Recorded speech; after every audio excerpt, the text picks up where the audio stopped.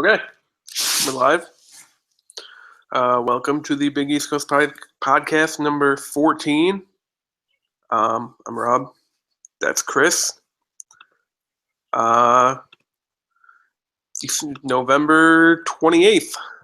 Last one of November. Almost done with November already. Weird, isn't it? Yeah, it is. It is. Hope everyone had a nice Thanksgiving. Chris, you have a nice Thanksgiving? I did. That's good. Did you? I did. Wednesday I went to Minnesota, so it was 8-hour drive Wednesday and then 8-hour drive again Saturday. But it was a lot of fun. I mean, short turnaround, but it was a lot of fun. Yeah, I can imagine. Yeah, so last week Feast Week was in full swing. So let's just jump right in. Again, I don't think we need to talk about every single game that happened. We don't. But I think we'll make it this way. Who were your top performers of the past week? They can be players or teams. I think one sticks out above the rest, to be honest, but that's just me. I mean, I think obviously, you got to talk about Marcus Foster. He was the player of the week in the conference for a reason. Nice game against Mississippi in Creighton's victory there, and then really another nice game the other day against Loyola, Maryland. Yeah, so I mean, obviously it starts with him. I think Justin Patton is another one that you got to talk about, which is why he was the freshman of the week. Creighton in general, they only had the one win, but they took care of business. It was the three teams or the four teams. Actually, Butler is one that that's where I was going with this. Just in general, because they beat a pretty decent Vanderbilt team and an Arizona team who's probably a little bit overrated, but it's still a good win. Arizona's going to be a top 4 seed in the NCAA tournament. I mean, exactly. It was a top 10 win for them in the AP because I believe Arizona was ranked either 8th or 9th, one of the two. Yeah, and now they're topped up to 18 from not being they were receiving votes, probably about 28 to 18. Exactly. So they certainly made the biggest mark of anybody in the conference on a positive spectrum, I think, at least. I know people were talking about Xavier and their win over Northern Iowa, which beating a team 2 times in a week is impressive, no doubt. And they held Northern Iowa to, I think it was around 42 points.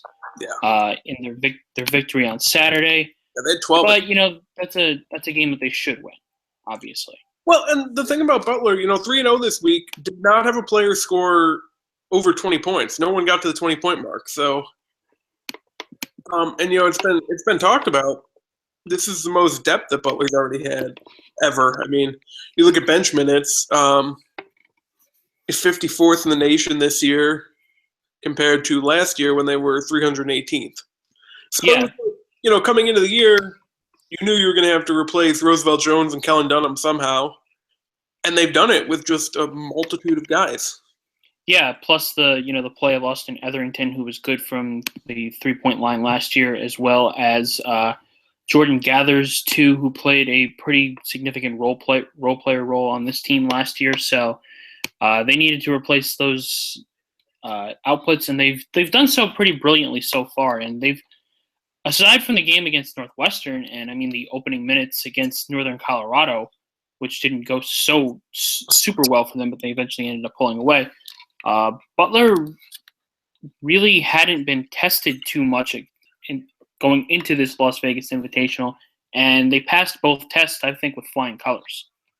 Yeah, and I mean, that Arizona game, Arizona went on a big run late. Butler couldn't hit a shot, and it kind of looked like usually when you see that, the ranked team ends up pulling it out. Yeah, exactly. You figured business as usual for Arizona there, but I know Chris Holtman got to 50 wins at Butler already. 50 and 22, I believe. Yep. And they're right back at it tonight against a Utah team that doesn't have Jakob Poeltl anymore, but he's still going on the road against a major team. Exactly. So that's going to be interesting. And then obviously, Cincinnati and Indiana still down the line. But, you win those games against Northwestern or Vanderbilt and Arizona, you can afford to lose. Maybe you lose to Utah or, I don't think they're going to lose to Cincinnati at Hinkle, but that Indiana game, maybe. You can afford a couple losses if you take them. You're not looking at a razor-thin margin anymore. Where coming into the year, Butler, I think people were down on them because of the losses they took. Yeah, it's never really easy to replace anybody who provides as much impact and who has as much talent as Kellen Dunham and Roosevelt Jones did for the Butler program, not only last year, but in the years leading up to that. But they do seem to be adjusting pretty well to this, and I think it's a few contributing factors. The play of Keelan Martin is certainly helpful. Stravis and Weidman are both playing very well. Lewis has started off the season strongly again, just like he did last year. We'll see if he can keep it consistent. And their freshmen are playing well, and so are the transfers too. I know Avery Woodson has done a pretty good job so far in his new expanded role with the Bulldogs after transferring from Memphis. Yeah, really been a strong three-point shooter. That's been his big role, and that was what he did at Memphis too. So that's been a big help to be able to work it out to the perimeter. Yeah, exactly. And Keaton Savage has played limited minutes because he's still recovering from pneumonia. So once he gets it going, that's even another weapon they have. Exactly. They're deep. They are. Multiple ways to beat you. I don't even know that Tyler Weidman has necessarily done too much this year. At least offensively. The rebounds have been there. Exactly. But so, to be 6-0 and maybe not necessarily operating at 100% capacity yet is very big. Another thing, Joey Brunk, who was supposed to be his big-time freshman, I think, and he still can. I'm not going to say he's been bad or anything, but I think Kamar Baldwin's definitely been the better of the Butler freshmen so far. Yeah, I think that also just plays into the situations down low and the situations in the backcourt. I think. Yeah. I think I was almost going to say McDermott for some reason. I'm looking at Sean McDermott here.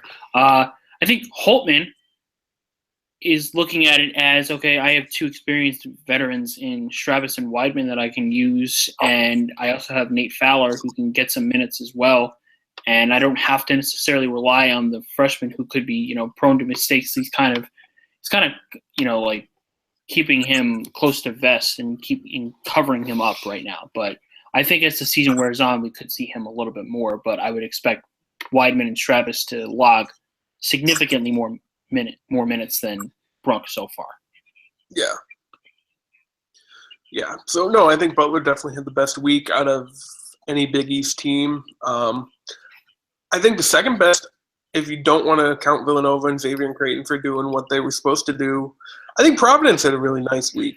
All things. Yeah, I do agree with that. You can go on here. Obviously you beat St. Francis like they should. Won an ugly game against Memphis, and then they gave Virginia a game. They got down big early, and that was ultimately their undoing. And like you said, there's no moral victories, but this has to feel pretty good to be able to give this Virginia team a game. Much better game than anyone who's played them this year has given them. And they're still a good team. They're always going to be Virginia, my least favorite team to watch because there's just Yeah, I feel you. I can't get excited to watch them, and I know the basketball purists or whatever. Oh, that's how the game is supposed to be. Well, no, it's not anymore.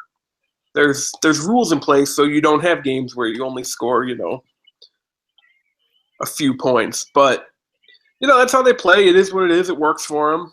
But Providence gave them the closest thing to a game that they've had this year, and I think going forward, that'll be a step in the right direction for Providence. Both their losses have been to teams that I believe Ohio State is ranked. If not, they might be close. Even if they're not, you've had a road loss and a neutral site loss to teams that are pretty good. And they got the big game with Rhode Island coming up. I think that's going to be a real fun one for Providence too. Yeah, I agree with that. And like you mentioned, they definitely gave Virginia the most trouble that anyone has been able to give them. They've scored the most points against them this season, 52. Previous high was 51 by UNC Greensboro. Likes of Iowa could barely get over 40 against them. So, and they continually played them close. They couldn't stop them at certain points, and they couldn't get runs going or whatnot. Yeah. But they certainly played pretty well. They couldn't get it done mostly on the inside, which isn't a surprise given Virginia's defense.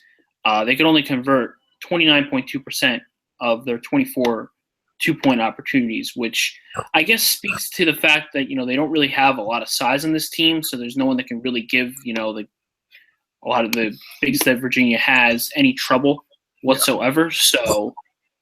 And I mean, Virginia's not the tallest team in the world as I'm looking at their roster, but they still have Jack Salt, who's 6'11", who got significant time the other day.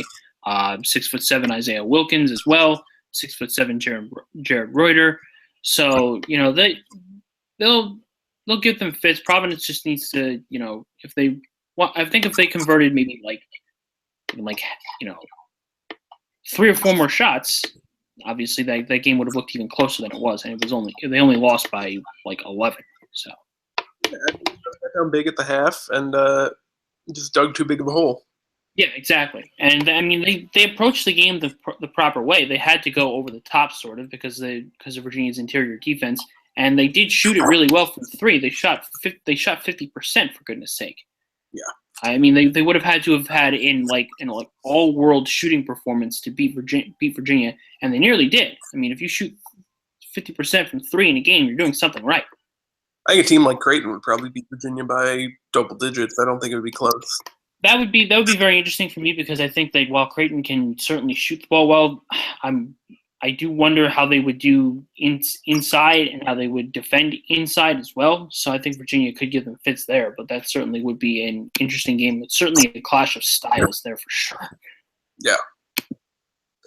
Now, if we want to go to the flip side, I think the team that had the worst week, I think it starts with Seton Hall. Yes. They didn't play too poorly against Florida. All in all. No, and that loss isn't going to look too badly because Florida's ranked now, and the Gators are probably going to do pretty darn well. I mean, they lost to a pretty solid Gonzaga team, so that going down the road, that loss to Florida is not going to look too bad. It's what happened after that is going to look bad for Seton Hall in that they didn't really muster up a great effort against Stanford, and they Kennepack. I mean, Kennepack's a good team that probably shouldn't have been 0-3 going into that game, but they still kind of gave them fits. Yeah. So, and I think Seton Hall, other than St. John's, who I imagine we'll probably talk about next, and Georgetown, who we'll talk about, those are the teams that went under 500 in their Feast Week tournaments. Yeah, I believe. Yeah. So yes, that's correct. And it's different case maybe for St. John's, except for the final loss they took, which again we'll talk about in a minute. But I think Seton Hall's better than Stanford, and for Stanford to rout them, especially when Seton Hall got out to the early lead, not good. No, the problem for Seton Hall was that they just couldn't shoot from 3 for whatever reason, and they're also missing Ishmael Sonoda. Yeah, but the nice thing, they play Cal and then South Carolina. So I mean, you got South Carolina who is ranked now. Yeah. So you got chances to maybe bolster it and get back to it. I think we did get a little bit blinded by what they did to Iowa, especially what Iowa ended up happening against Virginia. Yep. And we got a little too high on them. I think that's going to happen, especially when you have a performance from Miles Powell like he had against the Hawkeyes. So you're going to get a little start. To my credit, though, I did say that Seton Hall would be the first team to lose of the undefeateds at that time. So, well, I mean, I just didn't think that they would quickly get their second loss either. I think there's. Oh my God, I didn't even see Rutgers got an AP vote this week. Yeah, they did. Well, Rutgers is 6-0, so they're one. Rutgers is 1 win away from matching their season total from last year. Yes, and but yeah, sorry about that. Yes, so, I mean, they're playing like a team who's going to be, a 8 to 10 seed in the NCAA tournament, and that's fine. I mean, Yeah, they could very easily bounce back after this, and go on a bit of a run before Big East play starts. They are favored in every game going forward, according to KenPom. 150-50 game against South Carolina. The Cal game right now is 52% in the favor of Seton Hall, so that's sort of a coin flip. But if they split those and they have 3 losses going into conference play, it's not the worst place. It's not the worst place to be in the world. And even if they run the table the rest of the way up until the Creighton game, that's an even better place to be. Yeah, and if you look past, opening the season in Omaha, a string of winnable games after. Absolutely. And even, they play Villanova on Martin Luther King Day at it's at the Pavilion. So is that Wells Fargo? Maybe. Seton Hall's played them very well the past few years. Yeah. But still, a chance where if you say they lose to Creighton, there are 4 winnable games there in Marquette twice, DePaul at home, and Providence in Providence. So, it's about more or less damage control at this point. Maybe you lose to one of Cal or South Carolina, but that's about all they could afford to take in the rest of the non-conference.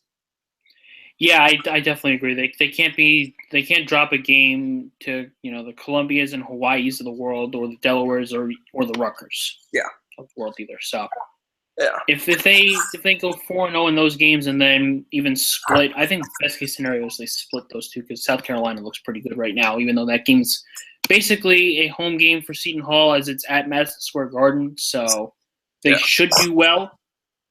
They've certainly played well at MSG before. You don't need to look too far back to find that out. So they should play pretty well. I think it's just mostly they just need to perform better, and they need to get Sanogo back in the lineup, because he's certainly very vital for that. Yeah. But one win down in Disney World is definitely a disappointment.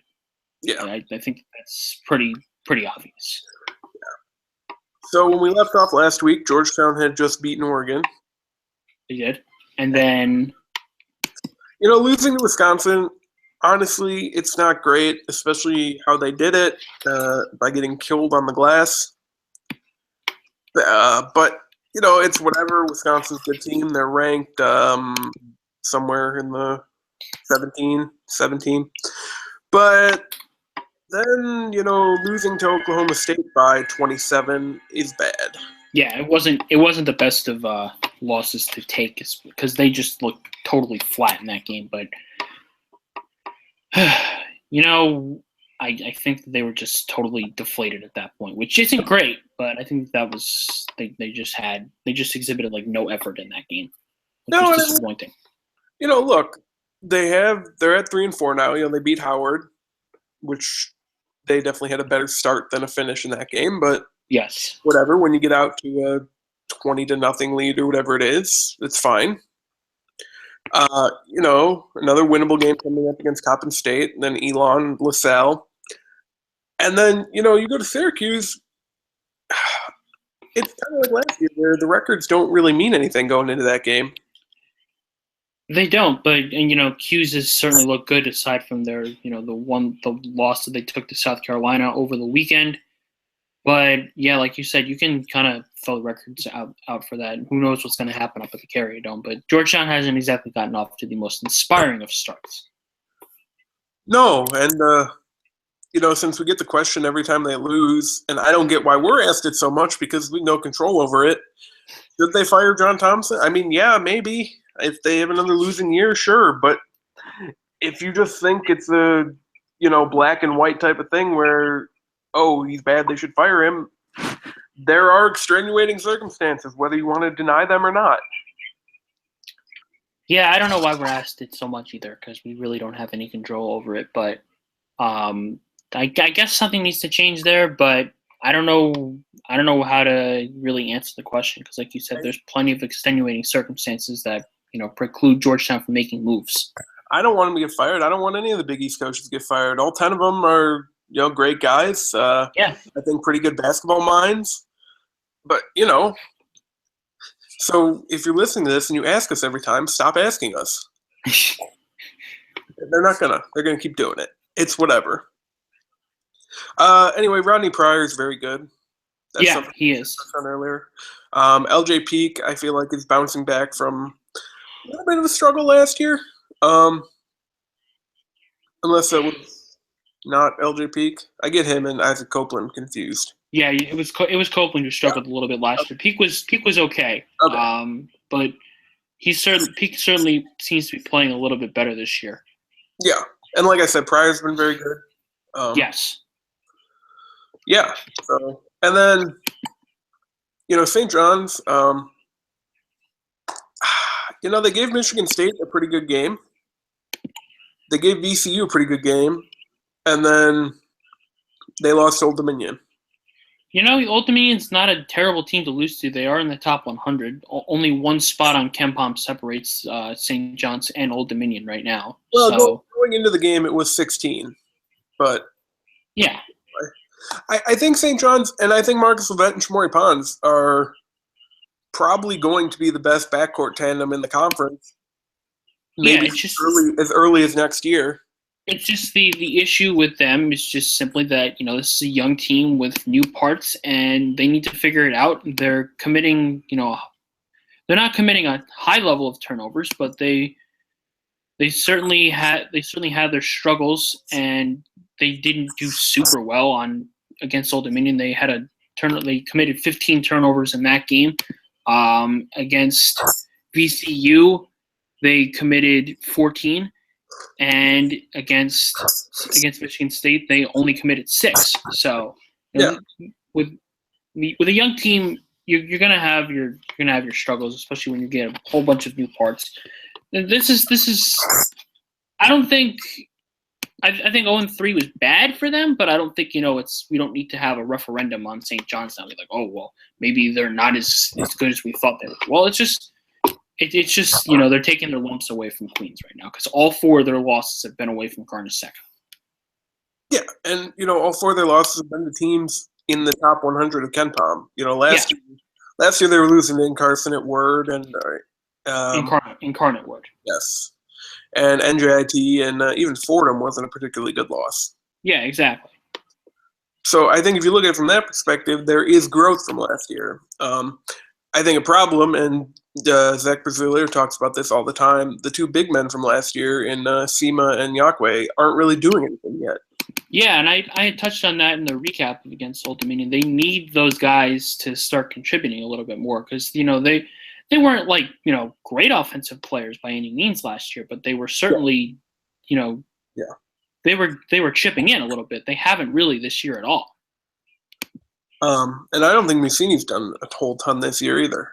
No, Mussini is kind of finding his way as a role player because he hasn't been starting a lot, and his numbers they're up. His 3-point percentage right now is 50%, but he's only taken 22 threes, and he's only been on the floor for 15% of all possessions. So he's not really finding a place right now, and he's only had 2 games where his offensive rating per KenPom at least has been over 100.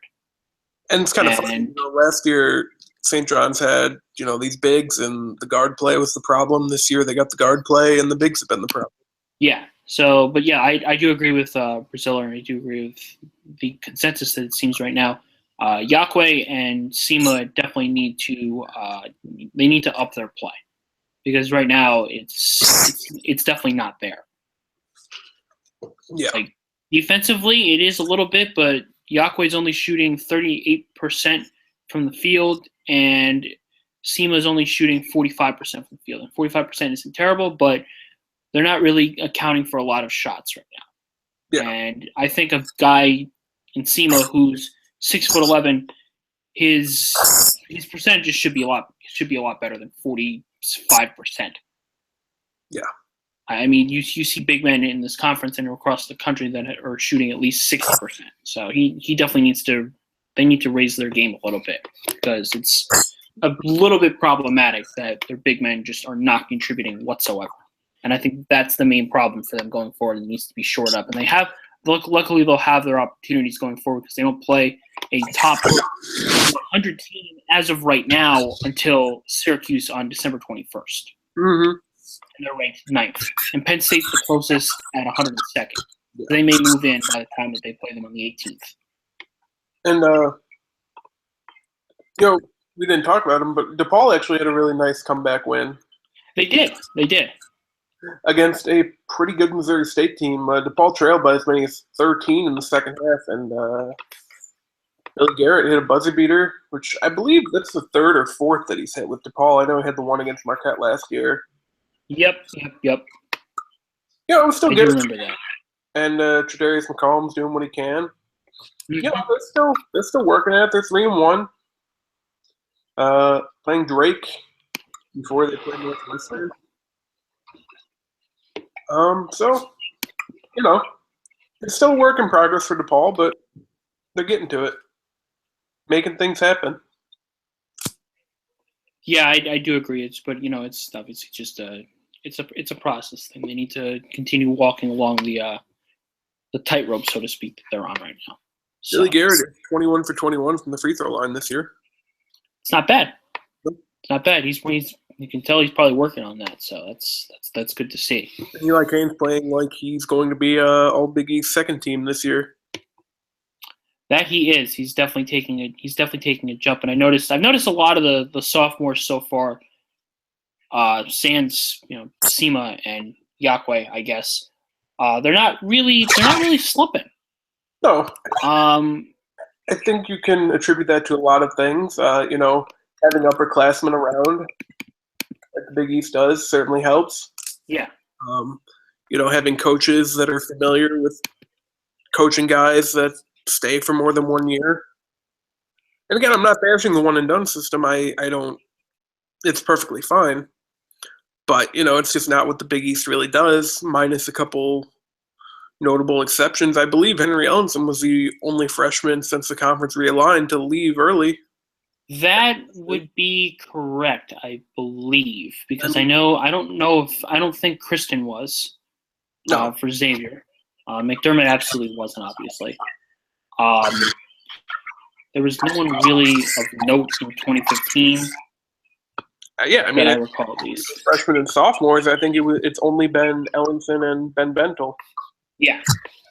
So, now that might change this year with guys like Justin Patton. Mm-hmm. Pretty good. Jesse Govin. Yeah. But for now, and yeah, so that's what I think really helps. Yeah, I think if there's one sophomore who's slumping, so to speak, you could even argue that Sumner's not, doing super well, especially from three-point line. He's only shooting 20% from three. Last year he was a 30% shooter from three, so that even is a downgrade from where he was a year ago. And yet they're still 6-0. Yeah, and he's shooting 57.9% on 2-point attempts. His free throw percentage is down slightly, and you'd like to see his efficiency numbers go up, but he's certainly still playing well. It's just you'd like to see some areas of growth. He also has to get back to his natural position. Yeah. Which will happen at some point. Speaking of Xavier, I don't know if we should just jump right in since the game's not till Saturday, but they have one of the most anticipated games in the non-conference, probably, I would say, in school history, really. I mean, aside from those Cincinnati games. It's certainly up there. They do play a very good Baylor team on the road in Waco. I think that Baylor could give them some problems, considering their significant size advantage over Xavier right now. I do worry that they could get, out-rebounded and lead to second-chance points for the Bears if they don't improve their rebounding situation, because it's not great right now. I mean, it's good, but they really haven't faced super stiff competition like Baylor. Well, I know Chris Mack tweeted the other day, I believe, that Kaiser Gates is getting back in the fold. Yeah, so that's good. That's good, but if his first few games, there might be a little bit of rust, and you hope that he plays up to par in that game. But that should be a fun one nonetheless. Yeah. Oh yeah, Gates did play against Northern Iowa. I forgot. Yeah, about that. Yeah, he did. He did. But I don't think he played a lot, but he played. No, he got 11 minutes. Yeah. Probably up that a little bit tomorrow night against North Dakota State. Exactly. Yeah, so, I mean, that's the big game of the week. Obviously, Butler, Utah, pretty big one that we touched on earlier. Yes. And then other than that, I mean, in terms of games coming up this week, not a whole ton. I mean, the undefeated teams, if Butler can survive tonight, should be undefeated still, aside from maybe Xavier. If you want to get into that question right now of who you think is going to take the next loss of the undefeateds. I would lean towards Xavier just because they're playing the toughest opponent. Villanova has to just play Penn and St. Joe's, who they should take care of. Butler has to play Utah tonight. They could lose that game. They're projected to win. It's basically a coin flip. That game's going to basically come down to whether Butler can stop Lorenzo Bonham, who's been on a tear to start the year, as well as Kyle Kuzma, who's been good. But I think Butler might have a better chance of stealing a road win than Xavier does, just because Baylor's a tougher opponent. Yeah. And I think Creighton can take care of what's in front of them this week. I mean, they have to face two decent teams from the MAC in Buffalo and Akron. But if you had to ask me, I would definitely lean towards Xavier taking their first loss before anybody does. I think Buffalo had a pretty bad loss last night. Buffalo, they lost to Nevada.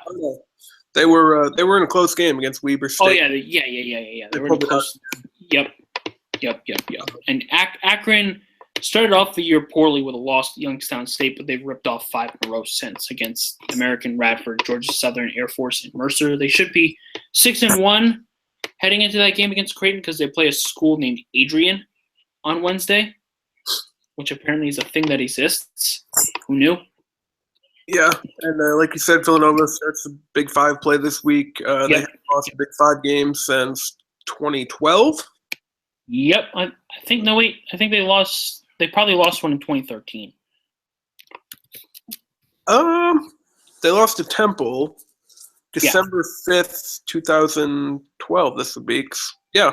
Yeah. Okay, yeah. So technically they haven't lost a Big Five game in 4 years because they've won the Big Five title outright for the last 3. They probably will again. Probably will. I think if anybody's going to give them a test, it's Temple, but Temple's not even that good.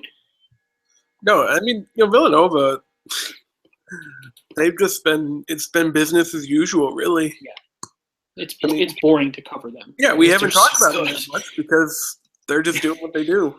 I mean, they also haven't played in a week, so in fairness. Yeah, I mean, they played Charleston. They won. Yep. They didn't blow them out. They just won. Yeah, no glaring weaknesses. No one scored more than 13 points in that game. Yeah. Josh Hart led the way with 13, but no one else. There were scores of 8, 7, 6, 8, 7, 11, 3, and that's it. And then 2 walk-ons got in on the fun at the end of the game. So Hart did have a double-double. He did. Josh Hart certainly looking like a Big East Player of the Year candidate and a National Player of the Year candidate as well. Yeah. Certainly performing up to the par that was set for him. Anytime you can get a guy who's shooting 65% of 2-point opportunities and 44% from 3, you're doing pretty well. Let's see what else is going on this week. Rhode Island Providence will be a good game. Rhode Island is ranked still, I believe. They are 21. Yes. Good team. Providence usually has pretty good games against those local schools. They do. And this one should be no different. In Providence? Something I'm just noticing. Providence plays at home the rest of the way. Which really is beneficial for them because they've lost one non-conference game to they go to Boston College. But yeah, I was just going to say, I missed that they played Boston College, but they should be able to beat Boston College because Boston College basketball is basically a black hole like Washington State basketball is. They don't lose non-conference games at home under no. And but that's not exaggerating. They are 40-1. That will be put to the test this week when Rhode Island comes to town, though. Yeah, I mean, it's coin flip per Ken Pom. Yeah, it basically might as well be. They're only favored 55% of the time in the simulated matchups that take place. So, I think the big test, Rhode Island's got a lot of nice guards, and then still has E.C. Matthews as well. Mm-hmm. They're not guards, forwards. Matthews, guard. Yeah, Matthews is a guard. But Hassan Martin and Karan Iverson. Very good. Yes. So it's going to be interesting. Probably to see Khalif Young on Hassan Martin or Karan Iverson. Rocket is going to have to do some work defensively. And, it should be fun, though. It should be a fun game. There's not really glaring weakness that Rhode Island has. Yeah, not really. Not really. Kind of looking at their sheet here, I mean, they give up free throws, but that's a stupid stat. Yeah. They don't really rebound the ball well defensively. That could be helpful. Which you would think with the bigs. Yeah, you would think. I guess that's bad luck. Providence hasn't really done well on the offensive glass either, but that's going to happen, I guess. But yeah, this is a team that doesn't really have many weaknesses. They don't play particularly fast. Their tempo is 288th in the country. Providence is a hardy 309th, so they don't play fast either. So this is probably going to be a slow-ass game like the one against Virginia was too. So Rhode Island takes real good care of the basketball. They do. And their one loss was to Duke. Not the worst loss to take in the world. No. And it was only by 10 on a neutral floor, so not terrible. Yeah, I mean, they don't have a particularly good win this year. They beat fellow mid-major Cincinnati, but other than that, but we'll see. It should be a good game. They play Valparaiso tomorrow night. If you want to get a little preview, if you're a Providence fan, you know what Rhode Island is. Exactly. I mean, that game will not be on TV. It looks like though, so that's a shame. At least on any major network, because it's not on the KenPom sheet. Speaking of games that aren't going to be on TV, Butler in Utah is only on Pac-12 network, which isn't a thing.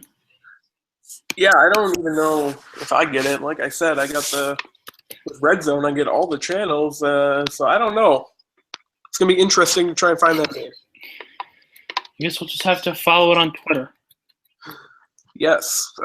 Let's see. We have any other big games this week? I don't think so. I mean, Marquette, Georgia, but Georgia's not particularly good. They're not, but they do have Marquette. Certainly will be falling behind in the experience advantage in that game, as Georgia has Yante Matten and J.J. Fraser, a junior and senior, who are both terrific players in their own right, as well as Juwan Parker.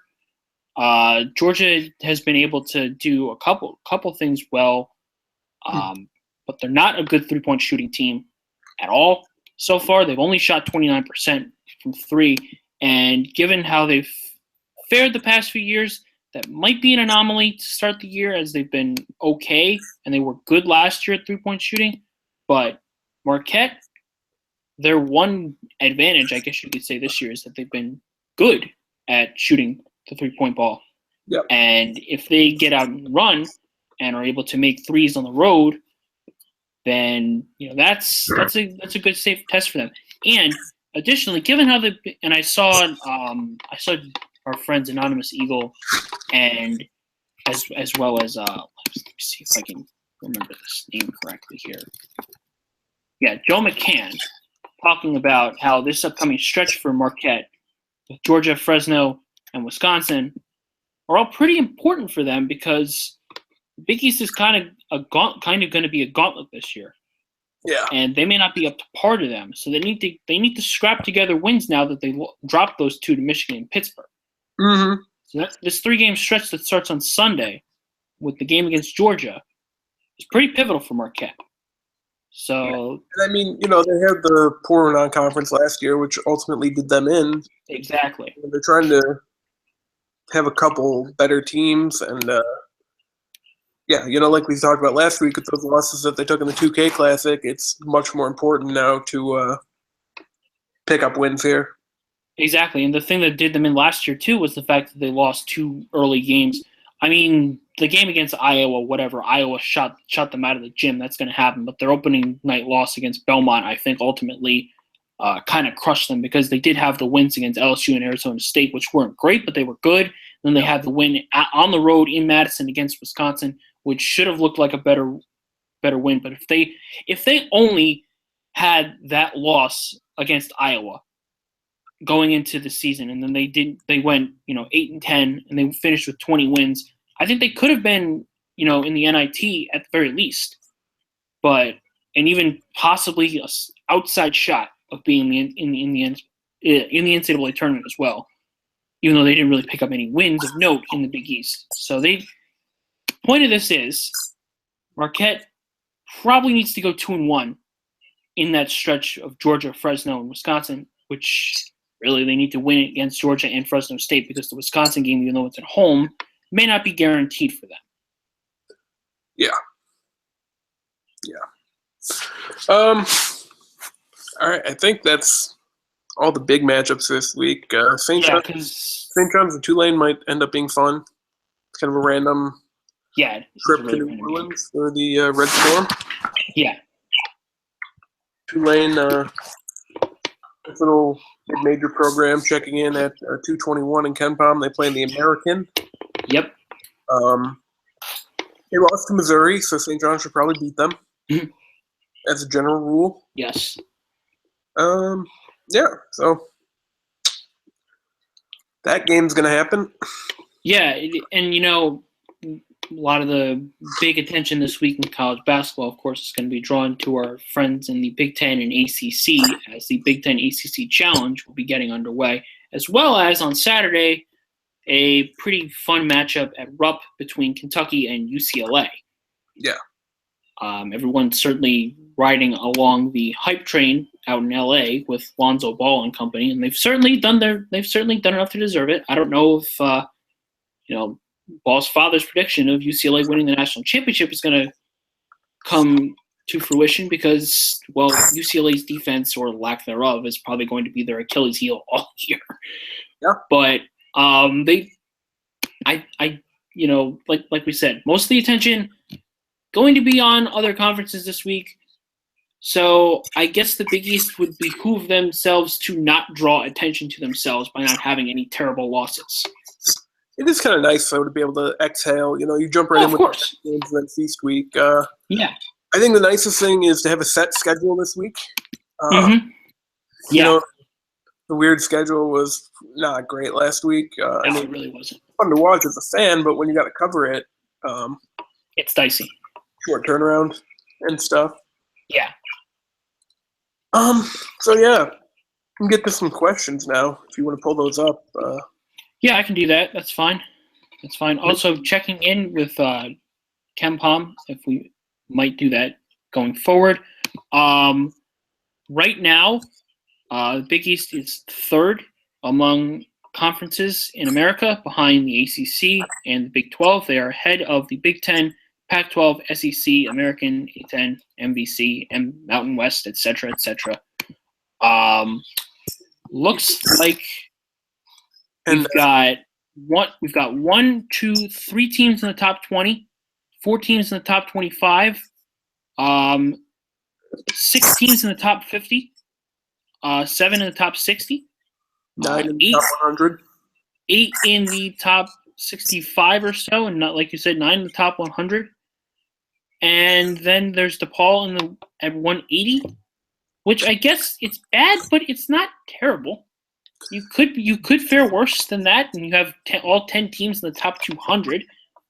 So yep, you could. I think you could do worse than that right now. I mean, I don't think the Big Ten has a team lower than DePaul. I mean, Rutgers used to be there, but they're decent now. They are. Yeah, Rutgers is 165th. Boston College is below DePaul. They are. Let's see what I'm saying here. But yeah, I mean, if you look at the rest of the conference, it's very good. And DePaul, yeah, we'll figure it out. Yeah, I think personally speaking here, a team like Illinois is a lot more damaging than DePaul is for the Big East. Yeah. Illinois is not very good right now. No, at all. No, they are Well, there's a reason that the CBS Sports thing had Illinois State as the best team in Illinois this year. I mean, I get Northwestern. There's going to be crushing disappointment. Northwestern already started their crushing disappointment against Notre Dame. Yeah, exactly. I mean, Illinois, why are we going into this at length? They lost to Winthrop, okay? Lost to Winthrop at home. God. Anyways, But yes. Anyway, questions. Yeah, let's move to questions here. Thank you once again to all of those who sent questions our way. It certainly makes the podcast a lot more fun. It does. Okay. Let's go back through here. It should just be today because we only asked for questions. Yeah. Because I didn't get out yesterday. Yep. Okay. We've got 3 questions here from Alex Miller. Thank you for being an overachiever, Alex. Creighton's defense, should we worry? I think that it's been kind of an issue for them for the past few years. And I guess you could say as long as they're still outscoring people, we shouldn't worry yet. And as long as they're putting up the points that they produce, don't need to worry quite yet. But they're going to run into some problems where their shooting's not going to be lights out every single night. So defense should be a little bit of a worry. But if Patton can grow to be a good rim protector, then I think they'll be okay in that regard. Yeah, I mean, I think the defense looked pretty good against Loyola. It's a step in the right direction.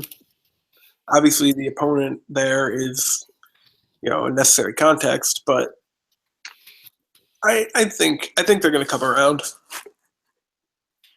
Yeah, I think so as well. I think that even if they can be, somewhat above average the whole way, I think they'll be all right. Because they've never really been known for being, great at defense. So but they've still been able to succeed the past few years too. And it kind of reminds me, at least, of going back a couple of years to when they lost to Baylor in the NCAA tournament because they kind of got exposed with their lack of defense. So hopefully it's not quite that bad. And I don't think it is. I mean, if you look, they finished the year 125th in Ken Palm in defense that year. This year they're sitting at 71. So. Yeah, and I think the issue with that game against Baylor also was not only the fact that, they didn't really have the size. It's also that, Baylor friggin' shot 61% from three. Yeah. And they also shot 65% inside. So, sometimes you're going to run into a team that just shoots the freaking lights out from the perimeter. And Creighton didn't really have the perimeter defense that they would have wanted that year. But I think, I think Marcus Foster is more than capable of defending along the perimeter. Mm-hmm. They have some guys there right now that can, do a little bit of a better job than, what was expected of them then. Yeah. All right. Next question from Alex Miller is Marcus Levette. Do you think he's freshman of the year? I think right now he's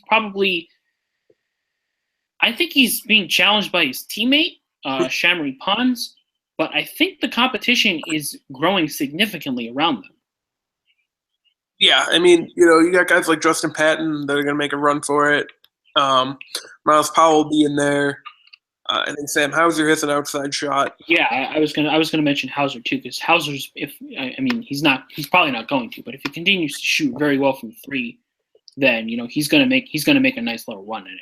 It's kind of cool, like we talked about last week, where the awards aren't necessarily set in stone. At least freshman of the year, and I think player of the year for a while. Last year was set in stone too, because everyone knew that it was Chris Dunn's to lose. It was Chris Dunn's and Henry Ellington to lose the whole year.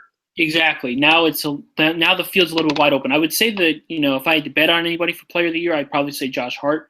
But Freshman of the Year, I have no idea. If Amari Spellman was eligible, I would say that it was going to be Spellman's award to lose. But he's not, and as a result, the field has opened up. And even on a slighter outside shot, even if his impact grows, Kamar Baldwin of Butler can certainly make a run at it too. Yeah, and I believe Pons was voted at Media Day. Yes, he was. He was the preseason pick. So we'll see.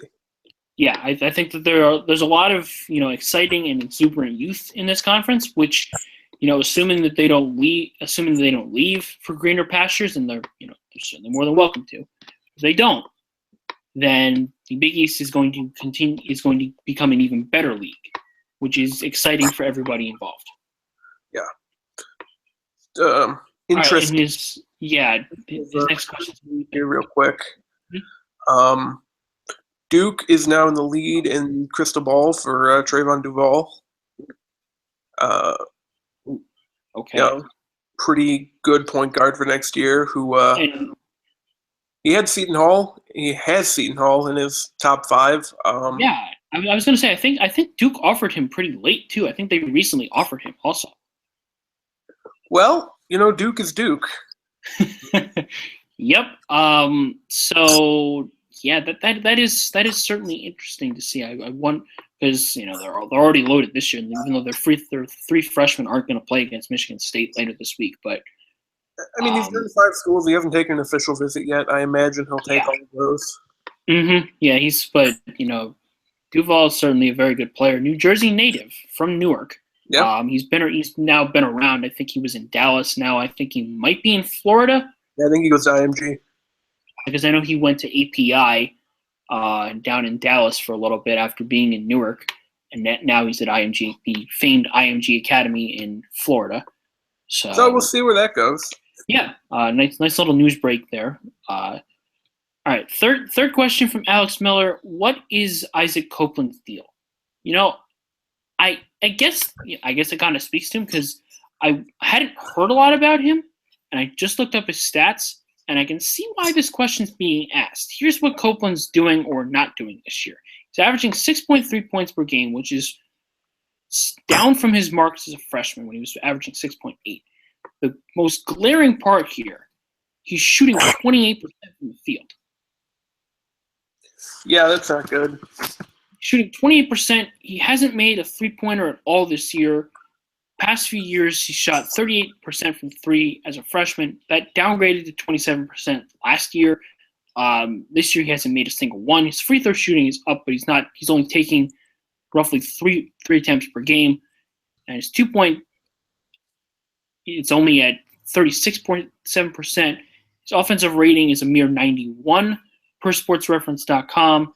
And his defensive rating is a porous 102, which is only it's 2 points below the average, but he's never really been a great defensive player either. I don't know what Copeland's deal is. I don't know if this is an anomaly or if he's just regressing as a player, because his numbers certainly indicate that he's declined since he was a freshman. Well, I know he didn't start against Oklahoma State. I know Okoye Gao started, and then he got hurt in that Oklahoma State game. With his head or face. But yeah, he's going to have to play his way out of this little funk that he's been in. It's really all you can hope for.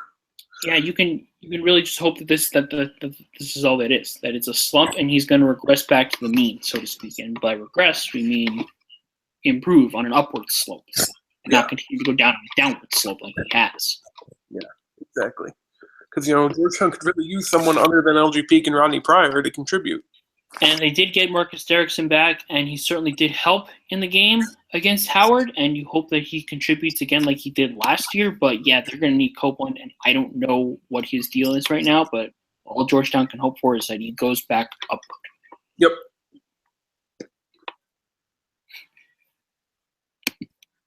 All right.